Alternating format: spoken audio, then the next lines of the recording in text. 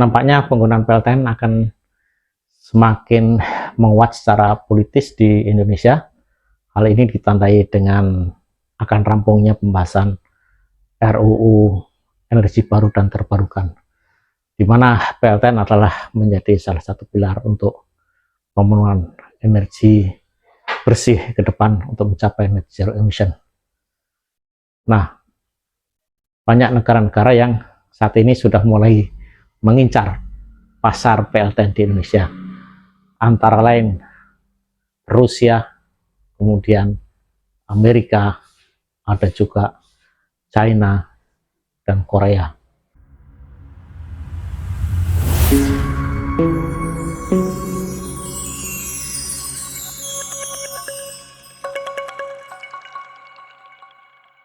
Bismillahirrahmanirrahim. Assalamualaikum warahmatullahi wabarakatuh. Jumpa lagi di Jendela Benderang, channel yang selalu mengajak kita untuk memikirkan kemajuan bangsa menuju Indonesia Benderang bersama saya, Yaryanto. Jangan lupa untuk like, subscribe, dan share. Kita tahu bahwa saat ini negara-negara yang paling agresif membangun PLTN adalah Cina, terutama untuk kebutuhan domestik, meskipun juga dia sudah melakukan ekspor PLTN juga untuk Pakistan. Kemudian Korea yang mengekspor ke Uni Emirat Arab, dan juga yang paling agresif adalah Rusia ya, yang beberapa negara seperti Mesir, Turki, dan Bangladesh saat ini sedang melakukan konstruksi PLTN yang semuanya menggunakan teknologi dan vendor dari Rosatom Rusia. Kemudian negara lain seperti Prancis yang pernah membangun PLTN di beberapa negara, kemudian juga Amerika saat ini mungkin belum ataupun tidak banyak melakukan ekspansi pasar, dan Jepang hanya untuk memenuhi kebutuhan di dalam negeri. Nah, bagaimana dengan Indonesia? Apakah kiblat kita akan ke Rusia, apakah ke Cina, ataukah ke Korea, atau ke Amerika, atau yang mana? Kalau di Cina memang banyak varian pilihannya. Kalau di Rusia, ya kemungkinan besar untuk PLTN besar seperti VVR atau small modular reaktor yang sekarang sedang dikembangkan. Bagaimana? Apakah Indonesia juga akan mengembangkan sendiri untuk ke depan? Saya kira memang suatu keharusan ya Indonesia untuk menguasai teknologi PLTN, tetapi tidak serta-merta kita membangun sendiri di awal, tapi mungkin perlu proses bagaimana alih teknologi itu dilakukan. Jadi secara bertahap, mungkin pertama kali kita akan membeli ya dari vendor di luar negeri, mereka yang akan membangun, tapi kita juga mengikuti proses step by step untuk proses konstruksi itu, sehingga alih teknologi itu bisa dilakukan dengan lebih smooth, dan nanti pada akhirnya kita bisa menguasai atau self reliance. Kita coba untuk mengulas berita yang pertama dari Bloomberg Technos, yaitu terkait Rosatom Rusia ajukan proposal PLTN 5 gigawatt di Kalimantan dan Bangka Belitung. Ini sangat menarik juga. Sebenarnya Rusia sudah cukup lama ya untuk berminat mengajukan proposal pembangunan PLTN di Indonesia. State Atom Energy Corporation Rosatom atau Rosatom ini adalah merupakan perusahaan BUMN raksasa ya dari Rusia yang bergerak di salah satunya di bidang pembangunan dan pengoperasian PLTN, mengajukan 2 proposal pembangunan pembangkit listrik tenaga nuklir di Indonesia. Proposal itu disampaikan Kepala Perwakilan Rosatom di Indonesia, yaitu Anna Belokoneva, dalam pertemuan sidang komisi bersama ke-13 antara Indonesia dan Rusia di Jakarta pada 14 April 2025 yang lalu. Nah, seperti apa opsi-opsi dari proposal yang ditawarkan oleh Rosatom ini? Yang pertama, mengajukan PLTN modular atau small modular reaktor SMR di daerah pedalaman. Maksudnya di pedalaman adalah di remote ya, yang jaringan listriknya mungkin tidak besar ya. Jadi memilih menggunakan small modular reaktor karena terkendala oleh jaringan. Untuk PLTN modular, Rosatom akan membangun di Kalimantan Barat dengan kapasitas 3 kali 110 megawatt. Nah, ini apa yang akan ditawarkan menarik juga ya untuk SMR ini ya, karena selama ini yang dibangun Rosatom ya, sebagian besar adalah PLTN yang besar, tapi mereka juga punya beberapa alternatif ya, seperti KLT 40 yang merupakan PLTN floating atau terapung. Kemudian juga ada RITM ya. Nah, ini unit 1 akan dibangun pada tahun 2032, sedangkan unit 2 pada tahun 2033. Nah, ini yang menarik adalah biaya pembangkitannya ya, atau LCOE, levelized cost of energy, itu sekitar 85 US dollar per megawatt hour atau sekitar 8,5 sen US dollar per kilowatt jam ya. Jadi saya kira masih realistis ya, atau mungkin masih masuklah kalau untuk SMR. SMR biasanya memang lebih mahal daripada PLTN yang besar. Sementara untuk PLTN yang skala besar, Rosatom akan membangun 2 PLTN di Bangka Belitung dengan kapasitas 2 kali 1.200. Ini adalah tipe VVER ya. Sedangkan di Kalimantan Selatan dengan kapasitas yang sama 2 kali 1.200 megawatt. Dengan LCOE, ya ini cukup kompetitif ya, mungkin dengan batu bara pun juga kompetitif karena ini 6,5 sen US dollar per kilowatt jam. Nah, saya kira ini bisa menggantikan ataupun menggantungkan PLTU batubara dengan harga yang cukup kompetitif ini ya. Kemudian ada opsi yang lain yang menarik juga adalah PLTN terapung di Kalimantan Barat dengan kapasitas 2 kali 110 megawatt. Seperti diketahui bahwa Rusia saat ini sudah mengoperasikan KLT 40 akademik Lomonosov ya, yang ditaruh di daerah Arktik dan sudah beroperasi di sana. Namun demikian untuk PLT apung ini cukup mahal ya, karena berkisar antara 150 US dollar per megawatt hour sampai 190 US dollar per megawatt hour. Jadi ya, karena memang infrastruktur, kemudian juga harus membangun kapalnya dulu ya, untuk menempatkan PLTN ini, sehingga jadi lebih mahal. Nah, kita lihat terkait dengan apa yang ditawarkan oleh Rusia. Ini ada namanya RITM 200M. Ini buatan atau didesain oleh Avri Kantov OKBM ya. Ini memang pendesain PLTN yang sangat masyhur ya di Rusia. Jadi kalau kita lihat spesifikasi teknisnya ya, ini kalau yang ditawarkan kemungkinan ini ya, kita juga belum tahu karena tidak disebutkan tadi SMR-nya apa. Tapi kalau yang paling siap memang RITM ini, tapi di sini dayanya memang lebih kecil ya, yaitu 50 megawatt elektrik.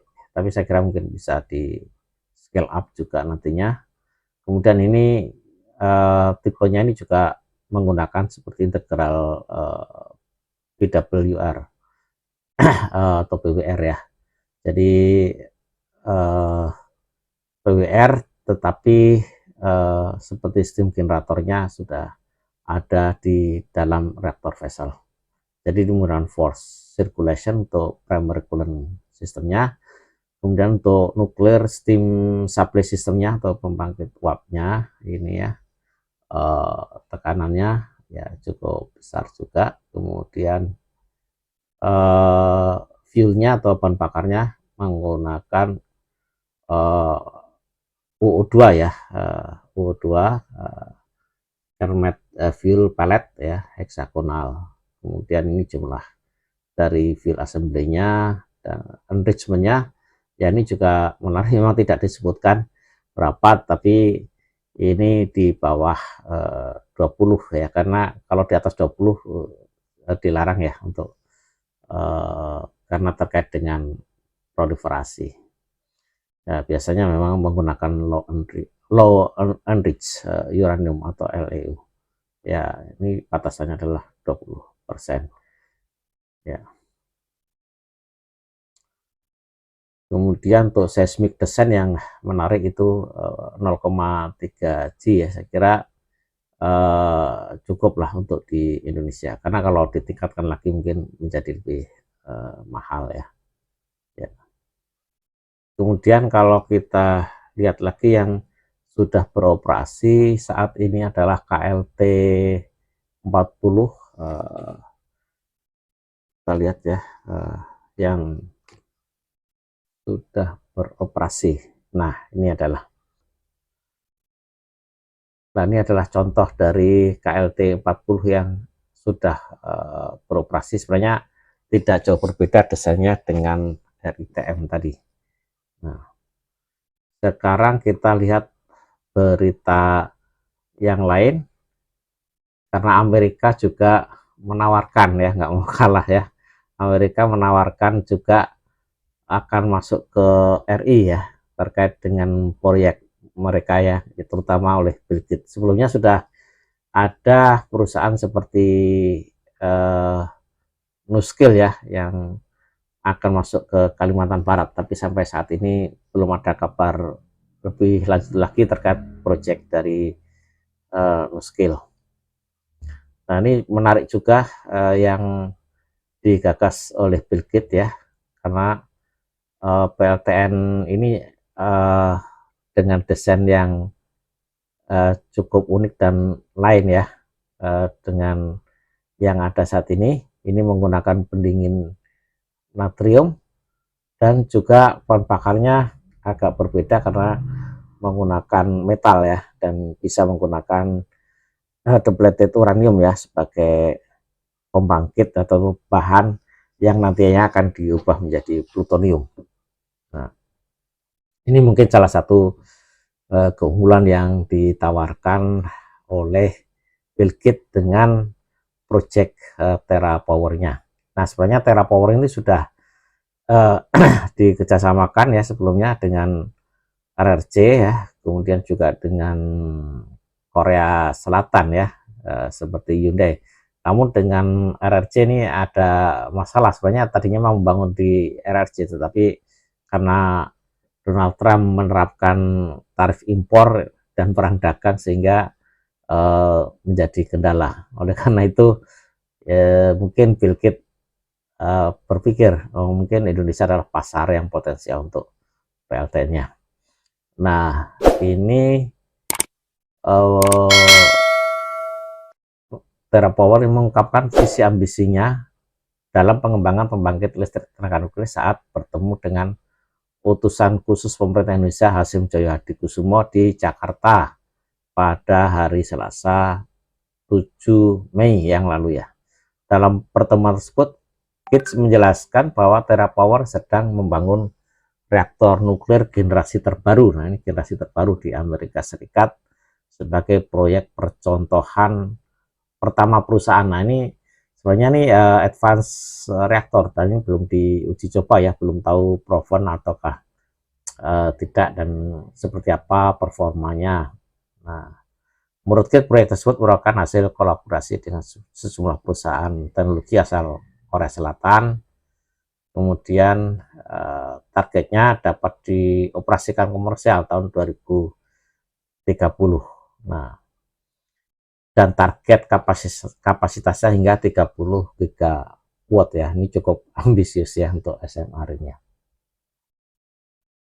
Nah, ini kita ingin lihat seperti apa sih untuk reaktornya sendiri.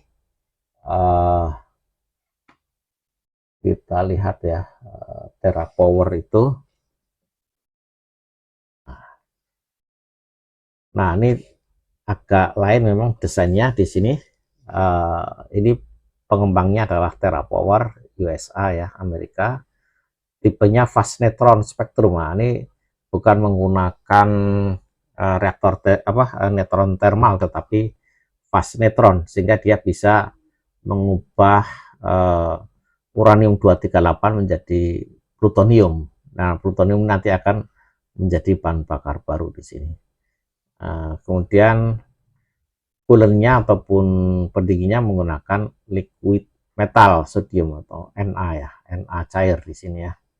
Nah, kapasitasnya cukup besar juga, sampai 345 megawatt elektrik ya. Ini sangat ya, untuk ukuran SMR ini saya kira cukup besar, dan mungkin ada beberapa daerah yang cocok di Indonesia.